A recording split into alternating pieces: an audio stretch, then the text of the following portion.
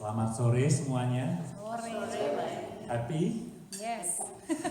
Excited? Sukacita. Saya sangat excited sekali. Ada yang mau bersaksi?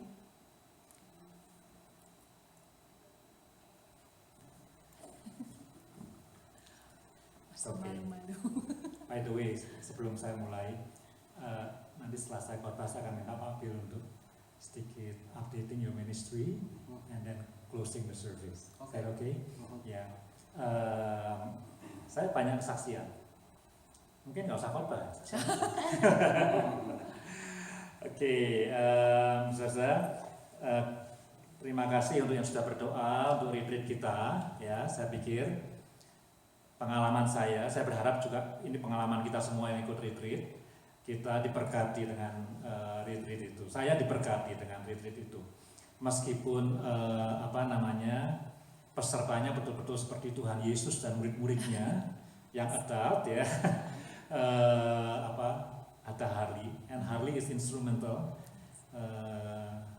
especially for Ali, for the fish. So saya lihat ternyata retreat dengan jumlah orang yang tidak banyak itu tetap bisa menikmati hadirat Tuhan. Itu ajaib itu ya. Tadinya saya berpikir macam-macam sebagai manusia. Nanti gimana ya untuk building the suasana gitu ya dengan jumlah orang yang sangat sedikit.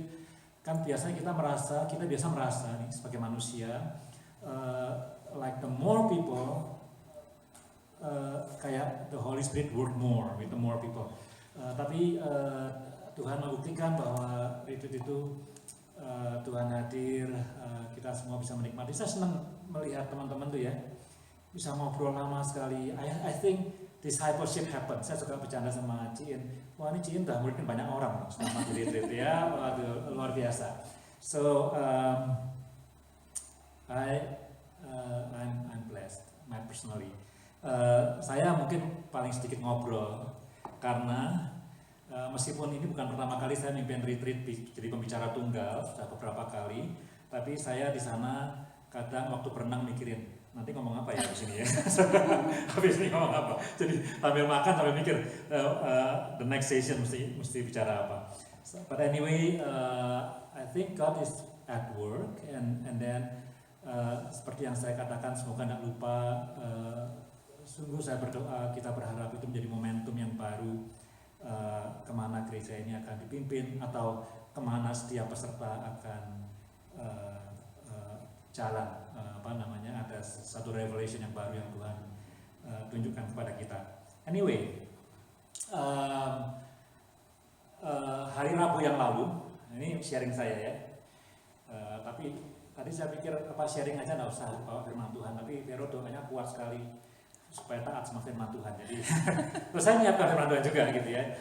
Anyway, hari Rabu yang lalu kita berdoa. Setiap Rabu pertama, ini informasi, setiap Rabu pertama dari setiap bulan ada doa bersama untuk House for All Nation for all campuses. Jadi semua kampus join untuk berdoa bersama-sama untuk pergumulan tiap-tiap kampus dan juga pergumulan secara umum ya, apa yang sedang kita hadapi. Salah satunya misalnya saya sharing aja, jauh dari pasti tapi kita sudah berdoa. Tahun depan kita merencanakan mission trip ke Indonesia. Wow, that's a big one. The whole campuses, bukan Calgary, the whole campuses. Actually, the plan is to Guatemala, but I don't know what happened. Nggak bisa terjadi itu yang Guatemala. Jadi we are thinking about Indonesia next year, salah satunya. The other thing, saya sounding beberapa kali Abdullah, masih ingat yang disponsori oleh International Campus dari Afghanistan, tanggal 28 ini akan datang di Kanada, tiba di Vancouver. So praise God, it's a long journey, dan the reason kenapa dia datangnya end of this month, because dia masih menyelesaikan discipling people in Jakarta. Jadi it's a faithful, I think humanly speaking, ini a positive addition to Pastor Daryl. Dia bukan akan jadi jemaat yang biasa, tapi jadi orang yang akan melayani di sana. So praise God for that Development, dia akan datang. Nah sekarang kita mendoakan yang disponsori oleh Coquitlam Campus. Masih jauh, masih banyak paperwork yang dikerjakan, tapi praise God. And then interestingly juga saya dihubungin Pak Sony satu hari sebelumnya, you have to submit pokok-pokok doa untuk doa bersama. Tolong kirim ke Pastor Daryl pokok-pokok doanya. So I submit nomor satu, giving thanks for the retreat. Number two, how to follow up the retreat. Saya masih belum tahu, waktu itu belum tahu mau ngapain nih follow up-nya, but we need to follow up. Nomor 3, doakan untuk church anniversary 16. Dan nomor 4, saya posting 4 pokok doa. Yang nomor 4 supaya ditambahkan murid-murid Tuhan Yesus di gereja ini. Jadi bukan ditambahkan orang, tapi ditambahkan murid. Jadi gereja ini supaya penuh dengan murid Yesus, gitu ya. Itu pokok doanya Calvary, for you to know, yang saya minta supaya didoakan dalam acara itu. Dan Pastor Daryl yang nanti tanggal 19 lihat flyernya ya, akan melayani tadi. Itu sudah lama saya minta untuk helping our retreat, yang tadi Vero sudah sharing fokusnya discipleship, karena Pastor Daryl adalah orang yang paling menggumulkan mengenai discipleship di House for Nation, tapi saya juga mengumulkan, Pak Sony juga mengumulkan, tapi Pak Saudara mengumulkan dan melakukan. He is a doers, dia pelaku.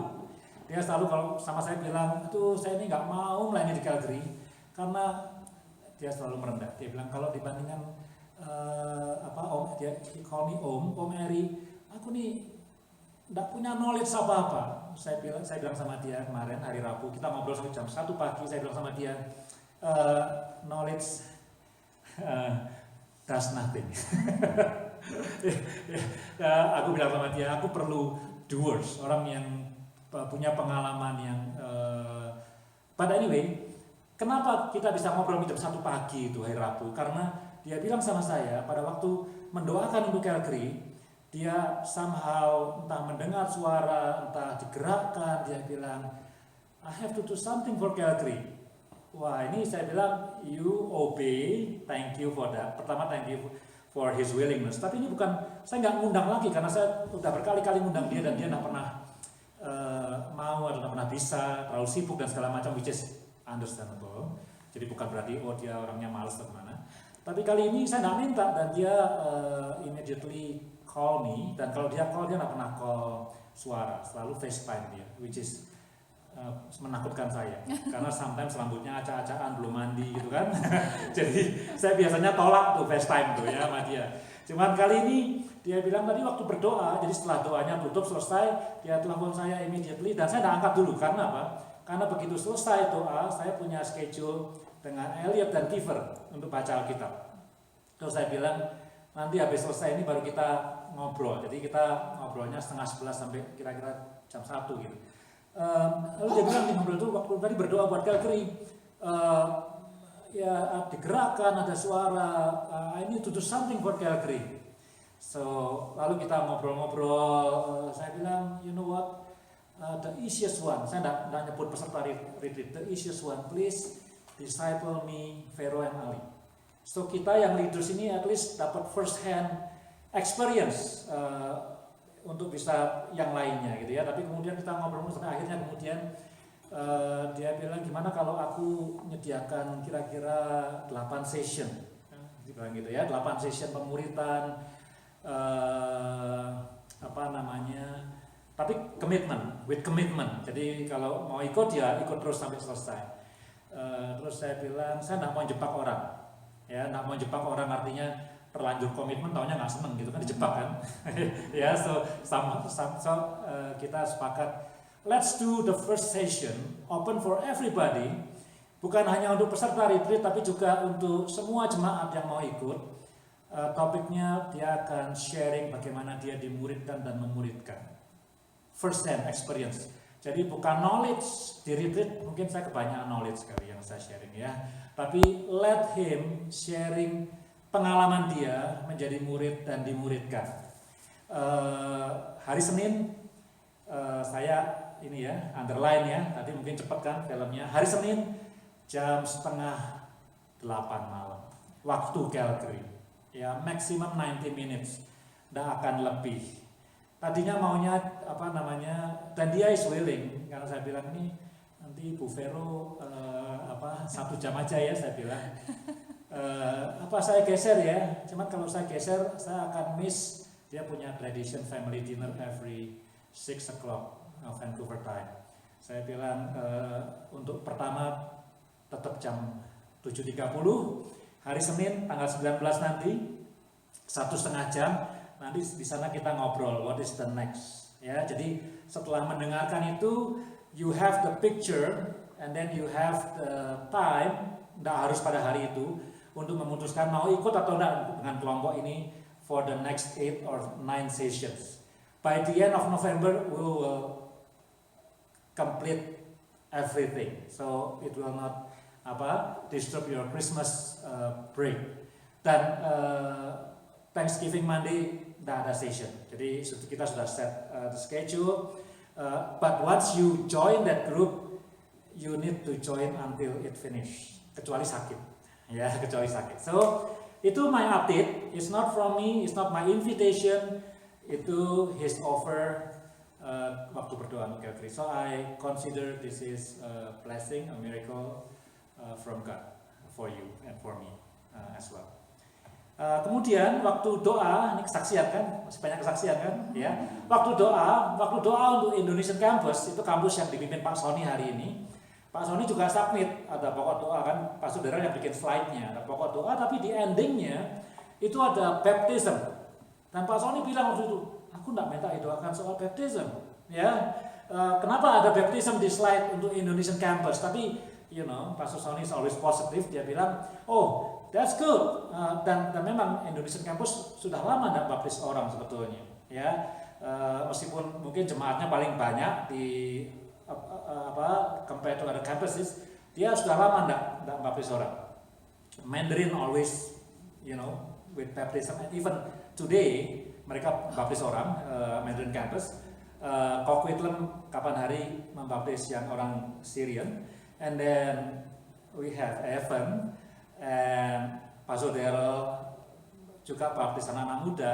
Indonesia jarang baptis. Lalu Pak Sony bilang, oh thank you, so you pray that one day, kita nggak tahu siapa itu, Indonesian Campus will baptize. Saya waktu dengar itu, sharing seperti itu ya, saya diingatkan sesuatu. Kita setiap Rabu berdoa, Rabu ya, mulai September ini Rabu, dulunya Kamis. Kita berdoa kira-kira 1,5 sampai 1 jam sekarang, makin cepat doanya. Dulu 1 jam, sekarang 1/2 jam bisa selesai. Ya anyway. Saya tidak mau mengkritik, kalaupun saya mengkritik, itu saya mengkritik diri saya sendiri.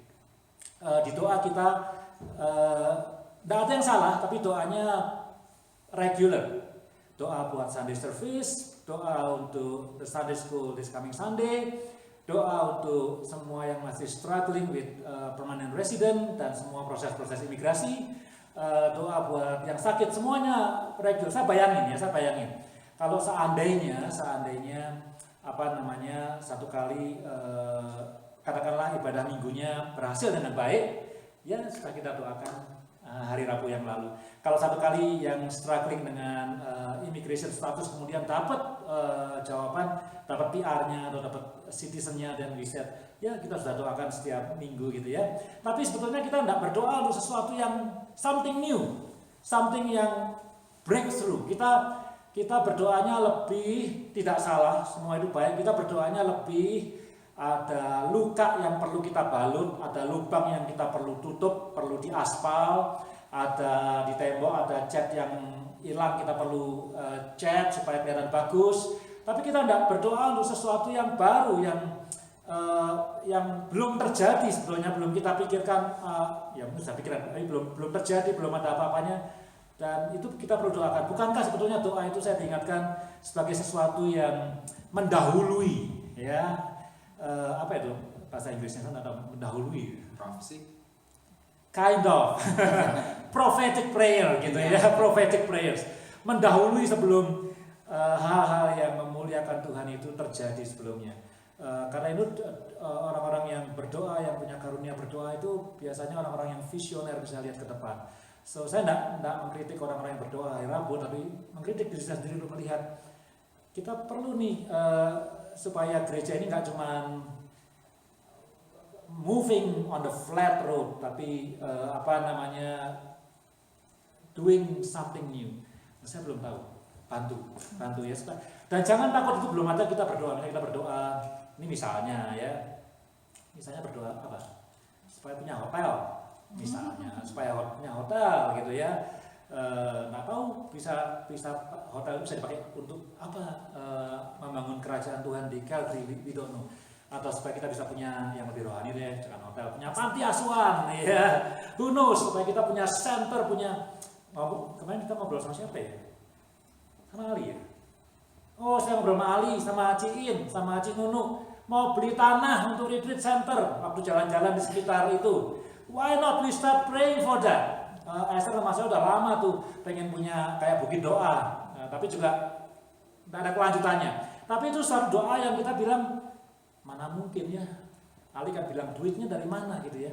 Tapi that's the purpose of prayer, right? To make the impossible jadi possible. Kalau enggak, ngapain kita berdoa kalau semua possible? Kalau duitnya sudah ada di dompet, enggak usah doa lagi, langsung dibeli cash tanahnya, dibangun jadi retreat center, kita bisa gratis retreat tiap bulan. Enggak usah tiap tahun, bisa retreat gratis tiap bulan. Tapi justru karena we don't have the money, kita enggak tahu bakal di mana kita perlu doa. Nah, saya pikir coba deh mulai minggu depan doa Rabu kita coba cantumkan satu yang ada beban di hati, yang sungguh, yang kita tidak pernah kepikiran kita doakan itu. Itu sharing saya sangat diberkati Rabu kemarin dengan doa. Sharing yang terakhir. Dua yang terakhir deh. Yang terakhir. Gak ada yang terakhir aja deh. Yang satunya buat minggu depan aja. Ya. Tadi pagi ada yang datang ke rumah saya bawa makanan di mangkok, ya, makanan sederhana sekali. Dia bilang disuruh sama istrinya. Ya, dia datang, dia bilang ini sekalian karena hari ini adalah hari ini hari apa nih? September 11. September 11. 21 years September 11. Hari ini adalah anniversary ke-6 Pak Eri melayani di Calvary. Jadi dibawain makanan. Ada yang ingat. You know what? To be honest, saya nggak lupa itu September 11 itu. Kalau yang hadir waktu itu September 11 masih ingat di Gereja Baptis di tahun-tahun kami didoakan Pak Sony officially mulai melayani di House of Nation Calvary. Saya nggak lupa itu saat tanggalnya September 11. Mungkin karena kesibukan retreat dan yang macam-macam dan stres yang ada di rumah, saya nggak ingat. Kok ada ibu ini bisa ingat? Saya bilang sama Keko, this is amazing ya, ada orang yang ingat. This is my anniversary with this church, 6 years. Saya bilang ini ajaib. Tapi saudara, that small things, that small gesture, ini bukan berpiring-piring cuma, ya. That's so meaningful to me. Mengingatkan kesetiaan Tuhan nomor 1, nomor 2, your faithfulness.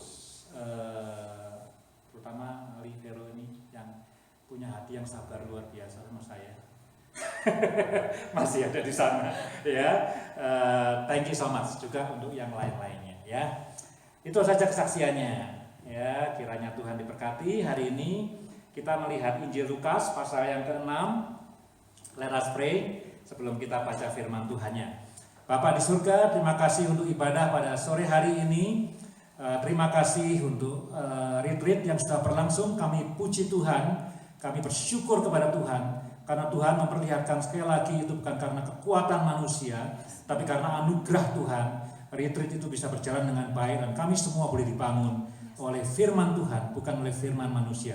Kami berdoa supaya follow up dari retreat boleh membangun gerejamu, boleh membangun kami semua Tuhan, untuk menjadi murid-murid Kristus yang setia dan yang memuridkan. Terima kasih Tuhan, terima kasih untuk pelayanan hamba-Mu di tempat ini selama 6 tahun yang juga bukan karena kekuatan manusia, tapi karena anugerah Tuhan. Terima kasih Tuhan Yesus, terima kasih.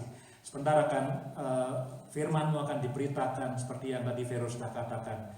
Biar kami di tanah yang baik, yang mau taat kepada firman Tuhan, supaya firman itu bertumbuh dan multiply, melalui hidup kami. Di dalam nama Tuhan Yesus kami berdoa dan mengucap syukur. Amin. Lukas pasal yang ke-6, bagian dari khotbah di bukit, tapi bukan Matius, tapi Lukas pasal yang ke-6. Lukas pasal yang ke-6. Lukas pasal yang ke-6. Ayat yang ke-37 sampai 42. 6 ayat 37 sampai 42. Tadinya saya mau belajar untuk khotbah cuma dari satu ayat aja, cuma dari ayat 37 aja. Tapi setelah dibaca ternyata ayat 38 sampai 42 sangat bernilai sekali. Jadi nggak jadi satu ayat. Janganlah kamu menghakimi, maka kamu pun tidak akan dihakimi. Dan janganlah kamu menghukum. Ini dalam bahasa Inggris bukan menghukum tapi to condemn. Supaya kamu pun tidak akan dihukum. Ampunilah dan kamu akan diampuni. Berilah dan kamu akan diberi. Suatu takaran yang baik, yang dipadatkan, yang digoncang dan yang tumpah keluar akan dicurahkan ke dalam ribaanmu. Sebab ukuran yang kamu pakai untuk mengukur akan diukurkan kepadamu. Yesus mengatakan pula suatu perumpamaan kepada mereka. Dapatkah orang buta menuntun orang buta? Bukankah keduanya akan jatuh ke dalam lubang? Seorang murid tidak lebih daripada gurunya. Tetapi barang siapa yang telah tamat pelajarannya akan sama dengan gurunya. Kalau sudah lulus baru sama. Mengapakah engkau melihat selumbar dalam mata saudaramu, sedangkan balok dalam matamu sendiri tidak engkau ketahui? Bagaimanakah engkau dapat berkata kepada saudaramu, saudara, biarlah aku mengeluarkan selumbar yang ada dalam matamu, padahal balok yang dalam matamu tidak engkau lihat? Hai orang munafik, keluarkan dulu balok dari matamu, maka engkau akan melihat dengan jelas untuk mengeluarkan selumbar itu dari mata saudaramu. Yaitu firman Tuhan. Kan khotbahnya cuma mau dari ayat 27 kan? Jadi dalam ayat 27 ada 3 perintah. Yang 2 pertama perintahnya negatif.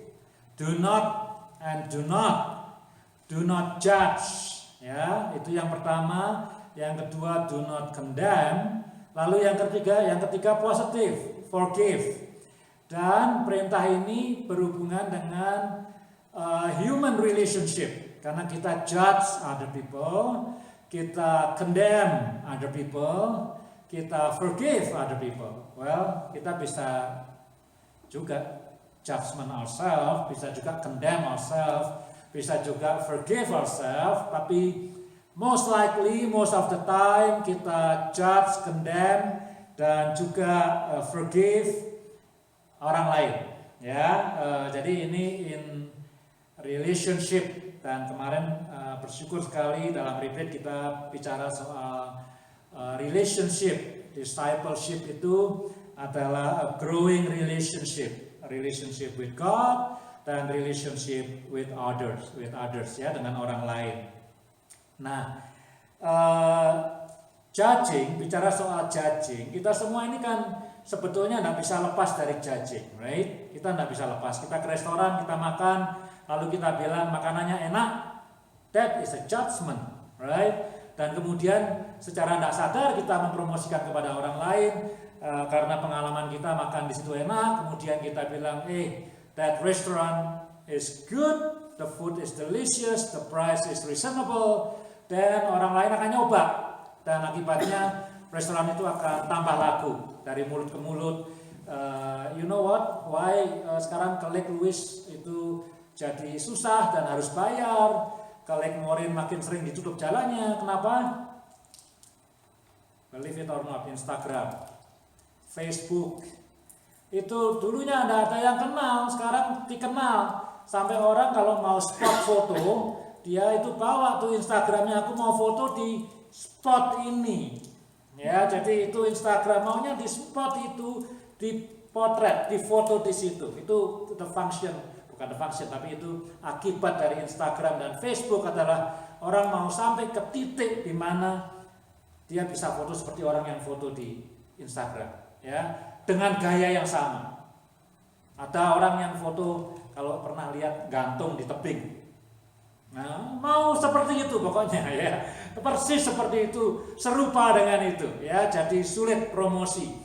Jadi kalau kita promosi satu restoran makanannya enak, harganya reasonable, servisnya bagus, restoran itu bisa laris, bukan cuma mulut ke mulut, apalagi kalau diposting di Instagram, luar biasa. Tapi kalau makanannya tidak enak, harganya mahal, tempatnya kotor, servisnya tidak baik, jangan-jangan gara-gara kita tuh restoran bisa tutup, ya, bisa bangkrut. Judgment. Maka itu di American Idol, di American Got Talent, British Got Talent, orang yang menilai dipanggil judges, ya, karena dia apa? They judge. Jadi apakah kita tidak boleh judging? Kita tidak bisa, kita akan all the time memberikan penilaian atau memberikan penghakiman.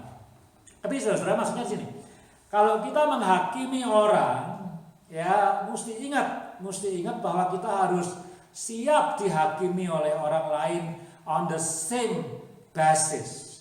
Jadi kalau kita pada satu kali, misalnya ini contoh klasik, ada orang yang tidak hadir di gereja, ya, tidak hadir di gereja, lalu kita judge dia, waduh, dia ini malas karena hari ini tidak ada di gereja. Dan pada satu saat kita tidak ada di gereja, jangan marah kalau orang mengatakan kamu malas karena hari ini kamu tidak ada di gereja. Ya, jadi do not judge karena kamu akan dihakimi.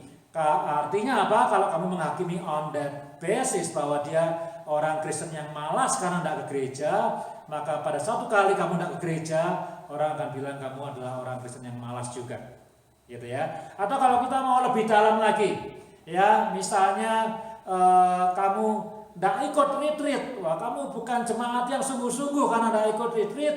Nanti satu kali kita tidak ikut retreat, orang akan bilang kamu juga bukan jemaat yang sungguh-sungguh. Ya, do not judge.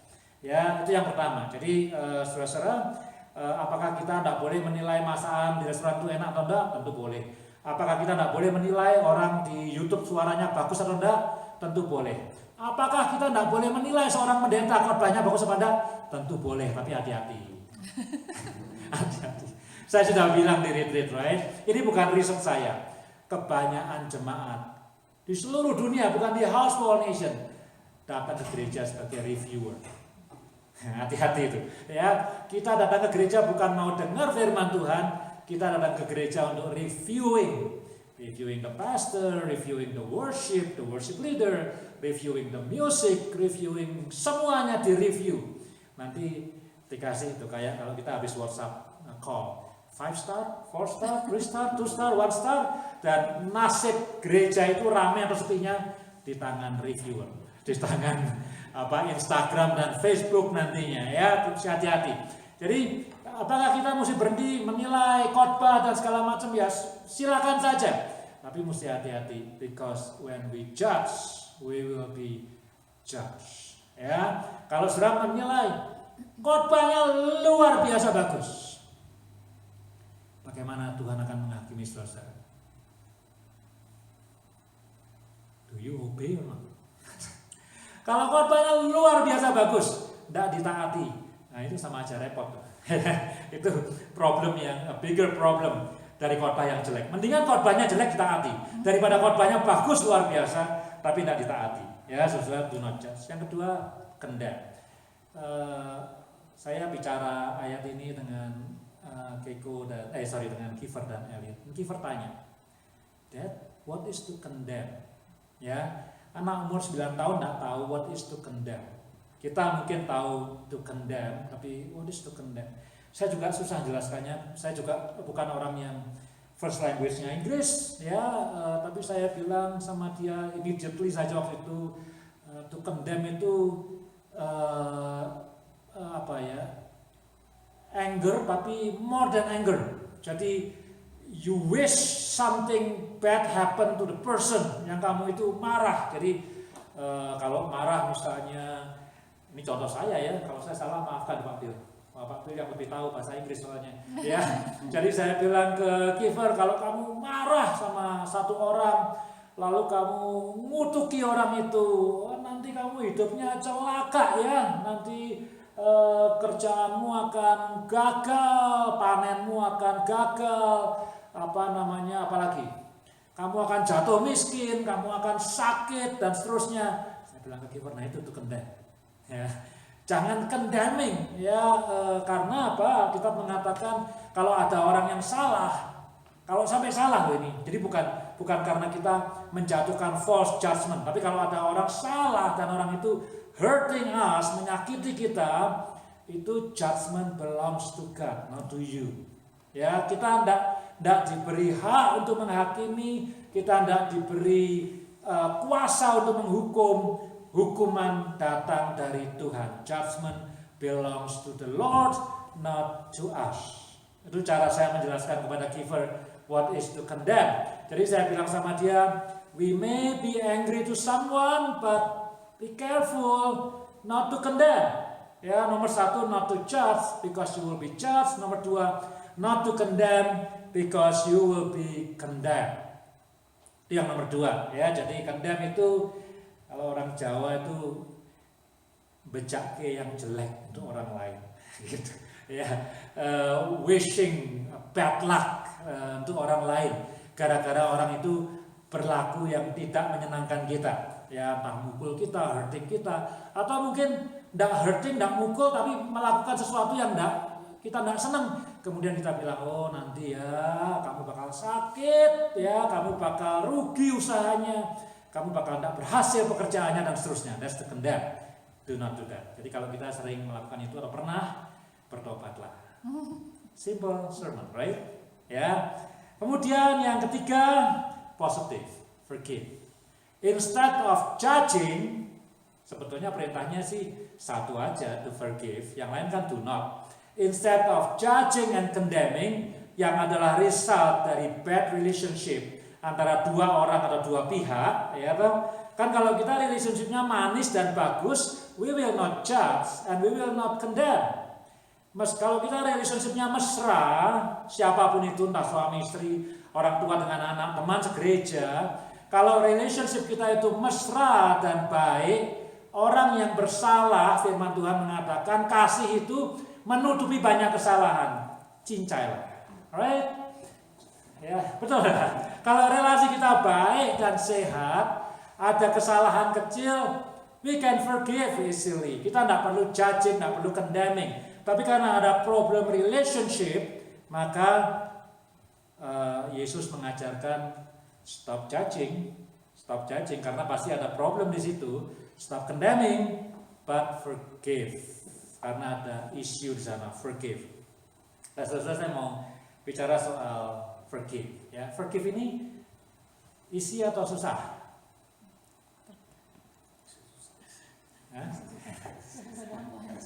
Ya, forgive easy or difficult ya. Kalau isi apa susah? Berbeda bahasa ya. Forgive mungkin difficult ya. Mungkin difficult to some, easy to some other people. Maybe depend on the personality. Yes. Ada loh, ada personality yang mudah untuk forgiving, ada yang lebih sulit ya. Meskipun the root, the source of forgiveness itu bukan personality, tapi we have to be honest, ada orang yang personally lebih mudah untuk mengampuni orang lain. Ada 3 hal yang saya mau sampaikan ya, related. Ini agak keluar dari ayatnya tapi tidak totally keluar. Nomor 1, kita itu bisa mengampuni. Tadi saya sudah bilang ya, the source of forgiveness is not our personality. The source of forgiveness itu karena Tuhan sudah mengampuni kita lebih dulu. Itu the very source of forgiveness, because God has forgiven us first. Kita bisa melayani, itu adalah lakunya kan, karena Tuhan sudah melayani kita lebih dulu. Kita bisa mengasihi karena apa? Karena Tuhan sudah mengasihi kita lebih dulu. Tidak mungkin kita bisa mengasihi orang lain kalau Tuhan belum mengasihi kita. Tidak mungkin kita bisa melayani orang lain sebelum Tuhan mengasihi kita. Aku membasuh kakimu, kata Tuhan Yesus, maka itu kamu yang adalah murid-muridku saling membasuhlah. Karena sudah dibasuh kakinya sama Tuhan Yesus, gurunya. Jadi kalau kita bisa mengampuni orang lain, maka the ultimate source of forgiveness is God's forgiveness to us. Jadi itu resource penting. Jadi kalau orang yang belum diampuni dosa-dosanya oleh Tuhan, dia akan setengah mati bekerja keras untuk mengampuni orang lain, dan dia tak akan berhasil untuk bisa mengampuni orang yang sudah menyakiti dia. Karena apa? Karena dia belum diampuni oleh Tuhan. Jadi Tuhan itu sudah, kemarin di Redet sudah dengar kesaksiannya Amanda ya, anak-anak tidak ada di situ. Tapi saya cerita kepada anak-anak saya, Rabu kemarin kan kita meeting setiap Rabu kan 1 jam, tiga-tiganya saya bilang, hey, when you were in that group, children group, kita nonton video, aku bilang ya. Lalu si that person Amanda itu dia bilang bahwa ketika dia lihat Yesus disalib itu as if orang-orang yang dia layani, anak-anak kecil yang dia layani itu memaku dia. Dan itu yang kita kerjakan sama Tuhan Yesus. Kalau kita bisa memahami itu, karena Amanda said ya, kalau bisa lihat kasih Yesus, tidak punya reason lagi untuk mengeluh akan hidup ini. Kalau tahu akan kasih Yesus, kita tidak punya reason lagi why we don't forgive orang lain, karena dia sudah forgive kita dengan harga yang sedemikian mahal. Right? Jadi itu yang nomor 1, the source of forgiveness itu adalah God forgiveness. Yang nomor 2, ada yang mengatakan bahwa mengampuni itu melupakan. Nah ini ya, mengampuni itu melupakan. Ya atau enggak? Ya bisa iya, bisa enggak. Ya, tapi melupakan itu bisa amnesia. Melupakan itu bisa amnesia. Belum tentu orangnya sudah mengampuni, tapi keburu sakit amnesia misalnya, sudah lupa gitu ya. Jadi saya tidak mengatakan orang yang mengatakan mengampuni itu melupakan. Maksudnya gini, maksudnya kamu kalau sudah mengampuni orang ya jangan ingat-ingat lagi kesalahannya dong. Nanti apa-apa kita bangkitkan lagi gitu kan. Jadi mengampuni melupakan itu. Tapi ada yang mengatakan mengampuni itu not necessarily melupakan. Mengampuni itu katanya sakitnya hilang. Itu mengampuni. Jadi kalau kita melupakan, misalnya lupa nih ya, someone hurt us, misalnya dengan kata-kata atau even dengan fisik, misalnya dipukul atau ditampar atau dia apa gitu ya. Atau bahkan orang yang nggak sadar karena masih kecil, pernah dipukul sama bapaknya atau ibunya. Waktu dia nggak punya memori, dia nggak bisa recall on what event gitu ya, tapi dia pernah menerima abuse dan kemudian dia hurt. Bagaimana bisa lupa? Ingat aja enggak eventnya apa, tapi sakit itu dia bawa terus. Nah, katanya forgiveness itu sakitnya hilang. Bisa 1 kali bahkan ingat, wah dia pernah nampar saya 5 tahun yang lalu, tapi the pain is gone, tidak ada pain lagi. Tapi kalau kita lupa atau bahkan tidak tahu eventnya, tapi painnya itu ada terus dengan kita belum forgiving. Kita masih bawa terus itu. The hurt kita bawa terus. Tapi true forgiveness itu may remember. Kalau saya misalnya 1 kali Vero mukul saya, mana bisa saya lupa, kecuali saya amnesia. Tidak akan lupa. Even kalau saya forgive her, mana bisa saya lupa. Ya, tidak akan saya lupa. Saya bisa lupa hari ini, hari anniversary saya bisa saya lupa. Tapi kalau dipukul Vero mana bisa lupa. Nggak akan lupa gitu ya. But kalau saya forgive her, even kalau saya ingat saya dipukul sama Vero, saya nggak punya pain lagi. That's true forgiveness. Jadi untuk menguji forgiveness itu bukan soal ingat atau lupa, tapi the pain, uji. Ya kalau kita masih pain, dan kita doa lagi, Tuhan aku minta anugerah-Mu untuk bisa ngampuni dia, supaya pain ini pergi. Yang terakhir, forgiveness itu kalau kita bilang sama orang, aku ampuni kamu, orang itu mungkin senang. Dia happy, oh Erik sudah ngampuni dosaku, ngampuni kesalahanku lah ya. Dia tidak dosa sama saya, dia dosa sama Tuhan barangkali. Tapi aku bilang, aku mengampuni kamu. Dia happy ya. Tapi begini, dia happy atau tidak happy itu urusan dia, ya. Karena kalau dia berbuat salah, maka yang penting dia bertobat. Tapi forgiving is not for that person, but for the one who forgive. Jadi kalau kita tidak forgiving orang, yang rugi ya kita sendiri. Jadi bukan orang itu untung atau tidak untung. Orang itu untung atau tidak untung, urusan dia sama Tuhan. Dia bisa ngambil keuntungan dari our forgiveness, tapi juga bisa enggak. Tapi when we forgive, itu untuk kebaikan kita sendiri. Ada kutipan ya, ada kutipan. Ya, tahu enggak kutipannya? Kira-kira nih ya, we forgive itu bukan karena orang itu deserve forgiveness, bukan karena dia bertobat nangis-nangis depan kita, ampuni aku. Kita forgive bukan karena dia deserve forgiveness. Kita forgive karena kita tidak deserve untuk hidup terus dalam hurting and pain. Karena kita tidak deserve, maka itu kita mesti forgive. Bukan karena dia deserve, tapi kita tidak deserve hidup dalam situasi yang seperti ini, hurting, with pain, setiap kali ingat. Jadi lebih baik kita melepaskan forgiveness. Ya, itu mengenai forgiveness. Then selesai kan? Do not judge, do not condemn, and forgive. Right? Nah sekarang saya bilang, tetapi ketika saya baca ternyata ayat 38 sampai ayat 42 itu menarik. Tapi saya nggak baca lagi. Saya tanya sama anak saya 2, ini ngomong apa sih ayat ini? Langsung Elliot, mungkin pernah diajar sama nanti sekolah. Golden rule katanya, golden rule ya. Kalau kamu mukul orang lain, kamu bakal dipukul. Kalau kamu memberi orang lain, kamu bakal diberi, gitu kan. Kalau kamu tidak mau dipukul, jangan mukul, gitu kan, dan seterusnya ya. Actually itu saya selalu ingat kalau khotbah seperti ini karena Christianity and Confucianism itu very closely related. Jadi Konghucu itu dia bilang kalau kamu tidak mau dipukul, jangan mukul. Kalau kamu tidak mau disakiti, jangan menyakiti, gitu ya. Tapi Yesus beda. Yesus kalau Konghucu pasif.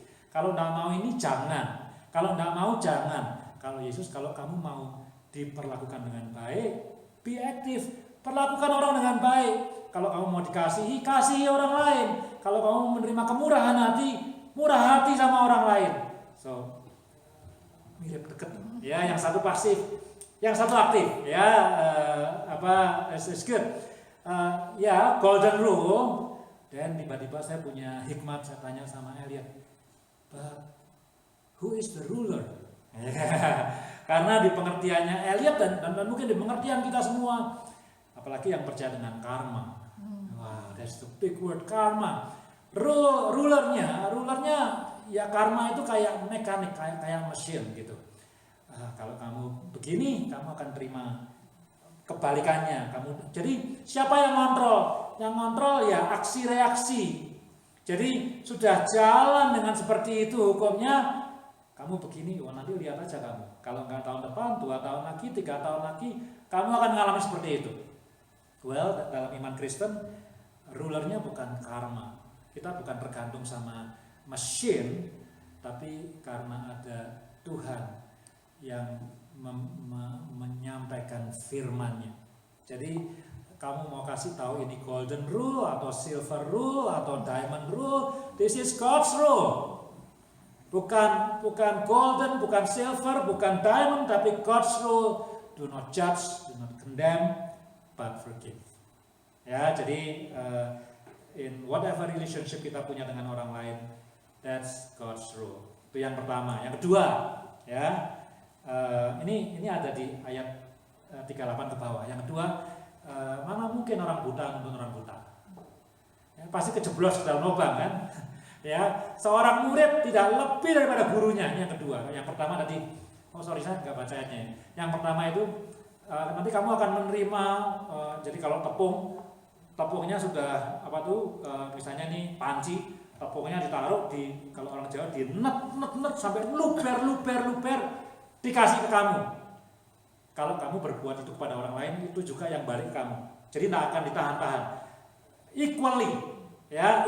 Maka itu saya ngomong soal karma. Tapi once again, ini Kristen bukan karma. Iman Kristen bukan karma. Dan bukan golden rule, even bukan diamond rule, tapi God's rule. Yang kedua, orang buta tidak bisa nuntut orang buta. Murid tidak sama dengan gurunya, lebih rendah, kecuali dia sudah lulus. Saya pikir-pikir apa hubungannya dengan God's rule ini?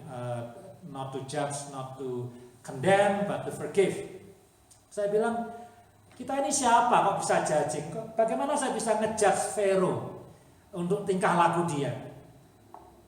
Dia murid Yesus, saya murid Yesus. Jadi kalau saya yang sama-sama murid, saya saling menjudge, itu kayak, atau saya bilang, Vero nih ya, kamu salah, kayak orang buta, ngasih tahu orang buta. Akhirnya mana? Akhirnya dua-duanya kejeblos. Kecuali saya lulus, kapan saya lulusnya? Kalau saya mati baru lulus. Sebelum saya mati, saya masih murid, dia masih murid, kita semua murid. Who am I to judge? Atau who I am to judge. Ya, sama-sama buta. Maka itu Tuhan bilang, kita semua murid, dan murid tak akan lebih dari gurunya sampai dia sama dengan gurunya kalau dia sudah lulus semua pelajaran. Ya, jadi itu yang kedua. Ya, maka itu kita tidak di-encourage untuk judging dan condemning but forgiving. Yang ketiga, yang terakhir, reasonnya. Ya, jadi tadi yang pertama reasonnya apa? God's rule. Yang kedua reasonnya kita nih who I am gitu ya, orang buta. Yang ketiga, kalau kita itu judging orang atau condemning orang, ada ini sudah the last point, ada big opportunity kita akan jadi orang munafik. Ada big opportunity. Maka itu ayat yang terakhir 41 dan 42, bagaimana mungkin kamu bisa melihat selumbar di mata saudaramu, padahal ada balok gede di mata kita. Itu kan sebenarnya tidak mungkin kan? Tidak mungkin kan? Jangankan ada balok, kalau pakai kacamata yang salah aja kita tidak bisa lihat kan? Ya, padahal ini bening nih, cuman karena ukurannya salah kita tidak bisa lihat. Tapi ini ada balok besar di depan mata kita. Maka itu ya bagi saudara yang suka motret-motret, nah hiking nih Pak Bill barusan hiking ke puncak gunung. Ya, kalau kita suka motret-motret, setiap kita growing in elevation, kita got a different view. Yang itu tahu familiar itu. Ya, kadang-kadang kita bilang motretnya nanti aja. Sekarang pokoknya naik dulu. Sudah media sudah loh, nggak ada yang tadi. Yang tadi kita mau foto sudah hilang karena kita ada di posisi yang lain, yang beda gitu ya. Jadi, setelah ini diblok matanya dengan balok yang besar, tapi kita bisa melihat selumbar atau kecil atau debu di mata orang lain. Itu namanya orang munafik. Jadi saudara tidak mau jadi orang munafik kan? Tidak mau kan? Meskipun kita orang munafik, siapa sih orang Kristen mau jadi orang munafik? Tidak mau kan? Tidak usah Kristen. Seneng tidak dibilang, kamu munafik, kamu seneng nggak? Nggak seneng kan? Marah kan? Condemn, judging ya. Tidak usah Kristen. Tidak ada orang yang pengen jadi orang munafik. Tetapi itulah the reality. Kalau kita itu judging dan condemning orang, apalagi kalau judging dan condemningnya itu rooted on hurt and pain, saling melukai, maka potentially, kemungkinan besar, kita akan menjadi orang yang munafik. Ingat loh ya, firman ini ada assumption, there is a relationship problem. Karena kalau tidak ada relationship, we will not judge and condemn other people. Jadi kalau kita condemning and judging people, khususnya yang sudah hurting kita, seringkali kita condemning dan judging him or her bukan based on fakta, tapi based on karena dia sudah menyakiti aku. Aku benci sama dia, maka itu aku judge dia dan aku condemn dia. Bukan karena betul-betul dia itu seperti yang kita judge dan kita condemn. Jadi mesti be careful untuk itu. Jadi kita akan punya potensi besar untuk jadi munafik. Jadi Tuhan sebenarnya baik, Tuhan mencegah. Maka itu jangan condemn, jangan judge. Supaya apa? Supaya kamu tidak jadi orang munafik. Gitu. Ya, supaya kamu tidak jadi orang munafik.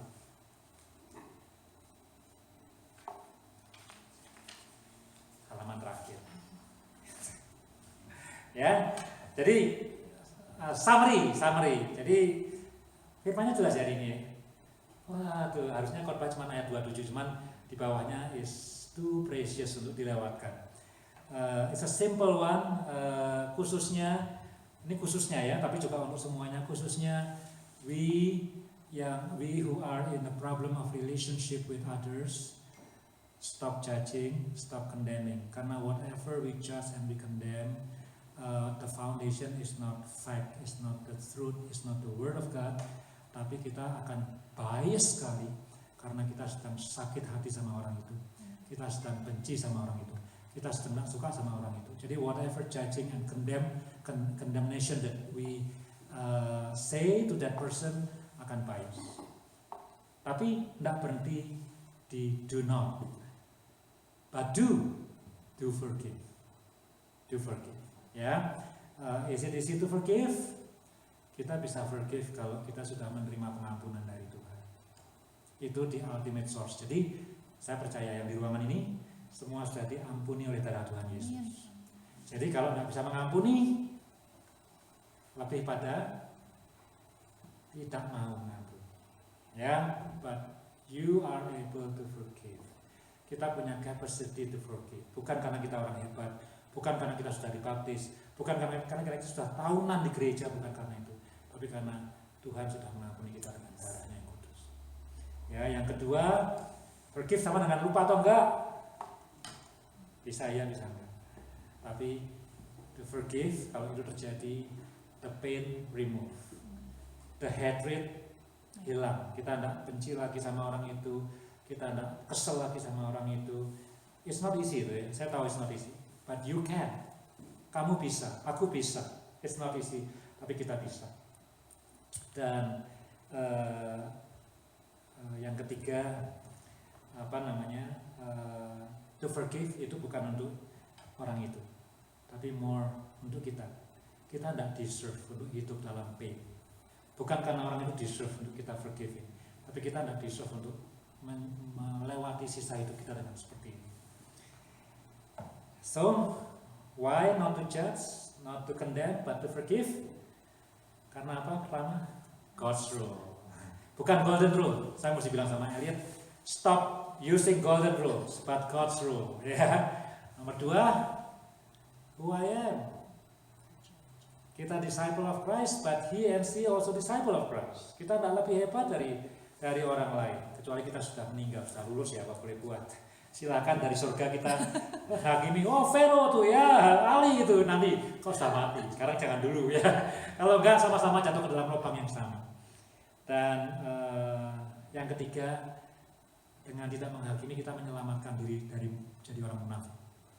That's a good advice from Jesus himself, supaya kita tidak jadi munafik. Amin. Saya akan berdoa. Setelah itu saya minta Pak Bill untuk bisa share dan close to service. Let us pray. Tuhan Yesus, terima kasih untuk firman-Mu. Ini kata-kata-Mu sendiri Tuhan Yesus, kata-kata yang ajaib. Hamba berdoa, kami semua berdoa, supaya hari ini setelah firman diberitakan, setiap relationship yang retak boleh dipulihkan, supaya di antara kami Tuhan, supaya semua judgment dan condemnation bisa dibuang jauh-jauh dan diganti dengan forgiveness. Kami tahu ini tidak mudah, tapi kami tahu juga sesuai dengan firman Tuhan, kami bisa karena Tuhan sudah mengampuni kami. Terima kasih Tuhan Yesus, terima kasih. Di dalam nama Tuhan Yesus kami berdoa dan mengucap syukur. Amin.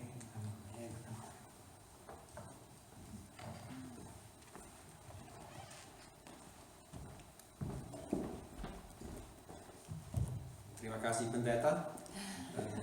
Kami akan coba melakukannya. Rupanya baik. Dan juga malahan penting bahwa kami akan menaati, bukan? Kalau rupanya bukan baik, ya ada alasan. Sudah tidak ada alasan. Saya akan coba membuat sebuah laporan dalam bahasa Indonesia, tapi dalam pikiran saya pikir sudah tercampur semua bahasa di dalam pikiran saya juga. Dan mungkin saya akan pindah ke dalam bahasa Indonesia, ke dalam bahasa Inggris saja. Tapi kami sudah tinggal, posisi kami sudah berubah juga, dan kami sudah tinggal di sini di Calgary, tapi dengan fokusnya di Amerika Latin. Dan saya masih ada pertanggungjawaban di Bolivia, tapi sekarang sudah di Guatemala dan El Salvador juga. Dan fokusnya untuk melayani gembala-gembala, dan pokoknya melalui formasi kelompok-kelompok gembala yang paling mengembala, yang saling mengembalakan. Dalam bahasa Spanyol pastoreo de pastores. Como mengembalakan para gembala, atau saling mengembalakan. Dan di Bolivia saya punya un grupo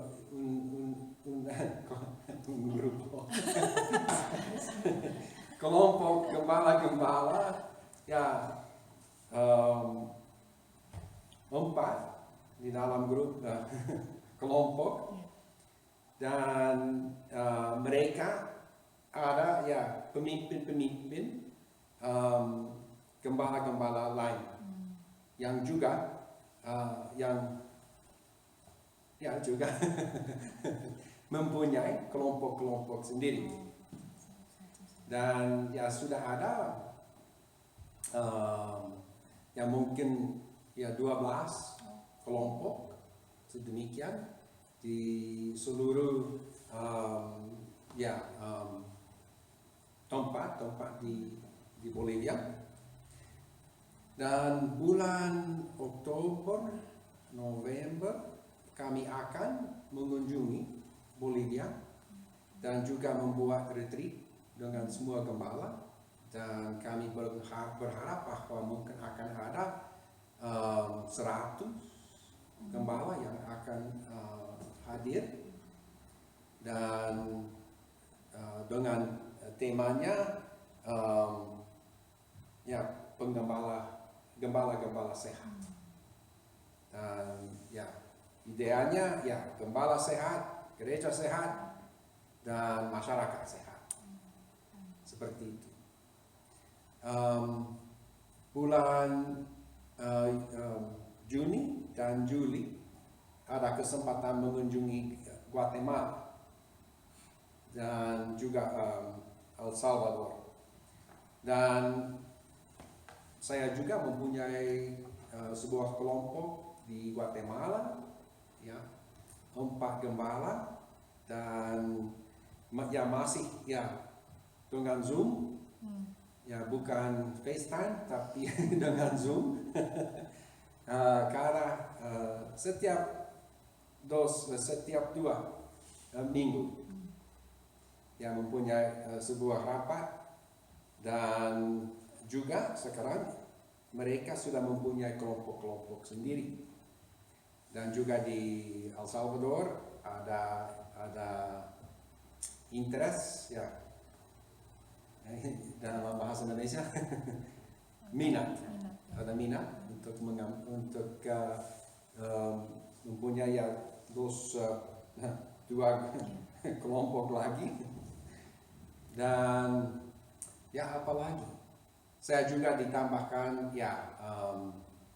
lain pertanggungjawaban di Kanada untuk mengunjungi gereja-gereja dan untuk melayani di kantor kami dengan formasi rohani seperti itu.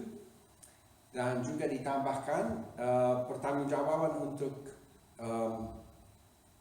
reformasi teologis.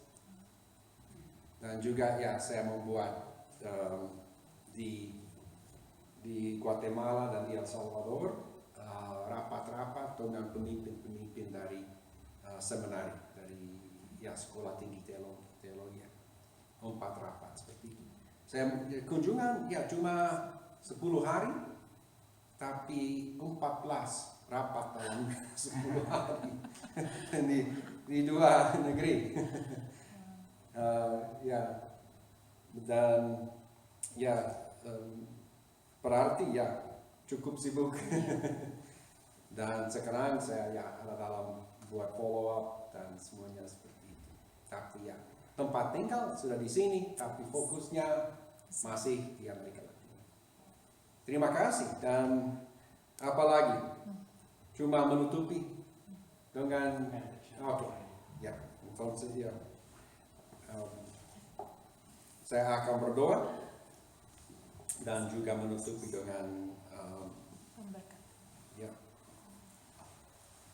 Allah Bapa yang di surga, terima kasih buat firman-Mu. Terima kasih buat teladan dalam pengampunan orang lain.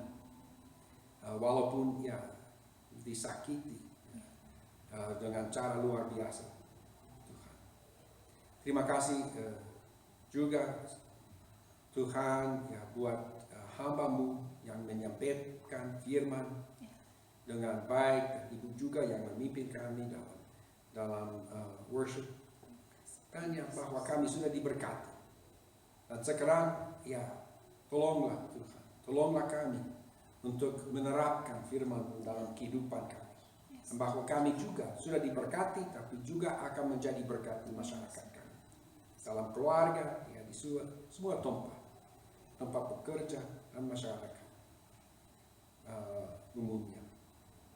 Dan sekarang ya kami mengingat firman-Mu yang berkata, maka Allah damai sejahtera yang oleh darah perjanjian yang kekal telah membawa kembali dari antara orang mati.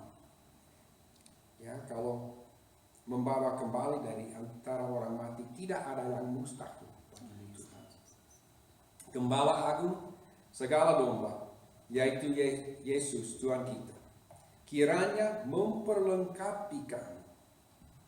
Kami perlu diperlengkapi untuk menerapkan firman-Mu Tuhan. Kiranya memperlengkapi kami dengan segala yang baik untuk melakukan kehendak-Nya dan mengerjakan di dalam kita apa yang berkenan kepadanya oleh Yesus Kristus. Bagi Dialah kemuliaan sampai selama-lamanya. Amin. Semoga Tuhan memberkati.